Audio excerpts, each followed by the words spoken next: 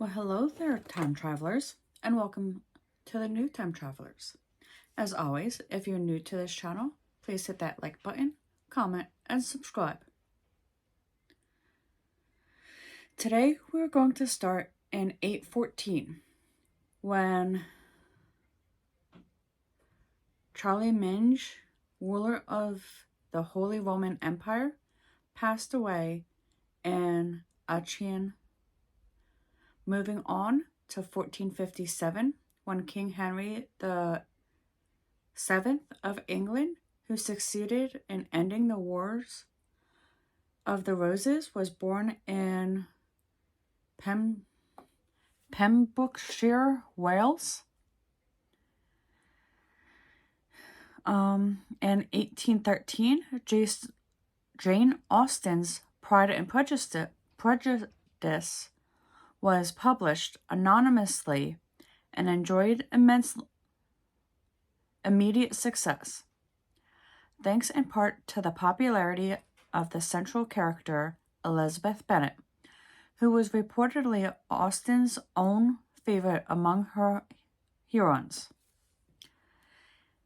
1871 brought us the French capital, Paris, fell following the 4-month siege during the Franco-German War. 2 years later, in 1873, French writer Colette, whose best novels largely concerned with the pains and pleasures of love, are remarkable for their own command and sensational description, was born in Savoie and Puisay. 1881 is when Russian novelist and short story writer Fyodor Dostoevsky passed away in St. Petersburg. On this day in 1912, American painter Jackson Pollock, a leading exponent of abstract expressionism, who received widespread publicity and serious recognition for the radical pouring or drip technique he used to create his major works, was born. Now, in 1915, Congress created the U.S. Coast Guard by combining the Revenue Cutter Service with the U.S. Life-Saving Service. I always wondered how that came about. Anyway, on this day in 1942, Inter-American Conference of American Foreign Ministers adjourned in Rio de Janeiro after 21 delegates signed final resolution calling for services of all ties or severances of all ties with Axis. President Vargas of Brazil broke off relations with Axis. I'm not sure what Axis is or where it is, if it's a country. If anyone has any idea as to where it's at, let me know in the comment section. 1949 is when UN Secretary Council called upon the Netherlands to halt fighting, release Indonesian political prisoners, and transfer sovereignty over to Indonesia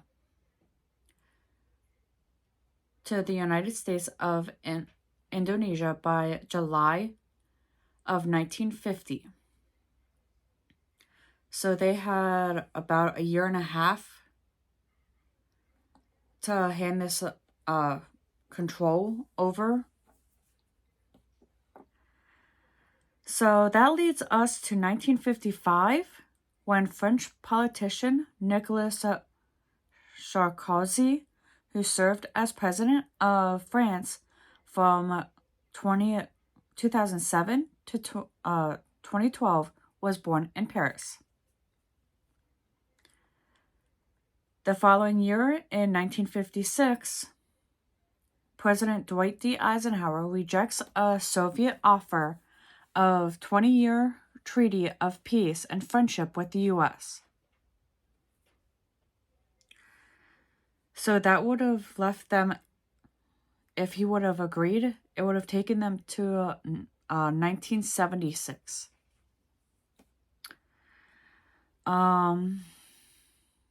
2 years later, in 1958, Gottfried Christensen, whose father founded the company Lego in Denmark, filed for the Danish patent, later granted, for a toy building block that became hugely popular around the world. I had some, my brother and I had some when we were kids. In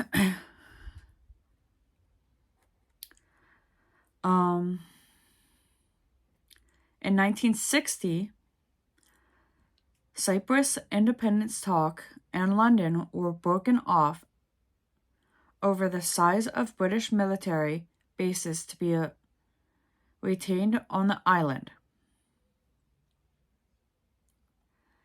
On this day in 1986, the U.S. Space Shuttle Challenger exploded 73 seconds after liftoff from Florida, killing all 7 aboard, including a school teacher who had been chosen as the first American civilian to travel in space.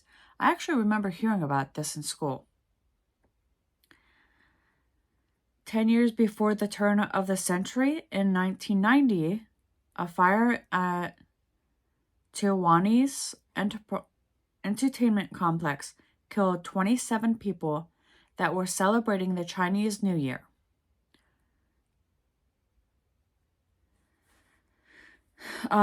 Returning to this century in 2002, when Swedish children's writer Astrid Lindgren, who is best known for her work involving Pippa Longstocking, a freckled-faced, red-haired 9-year-old who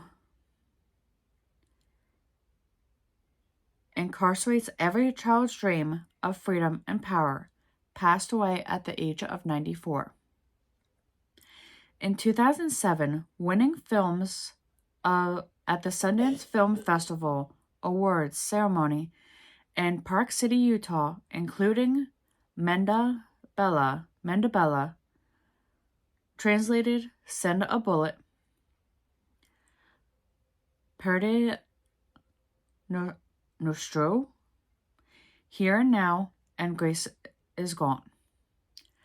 3 years ago, in 2021, American actress Cicely Tyson, who is noted for her vivid portrayals of strong African American women, passed away at the age of 96. And with that, we return to 2024 and our current history. Until next time.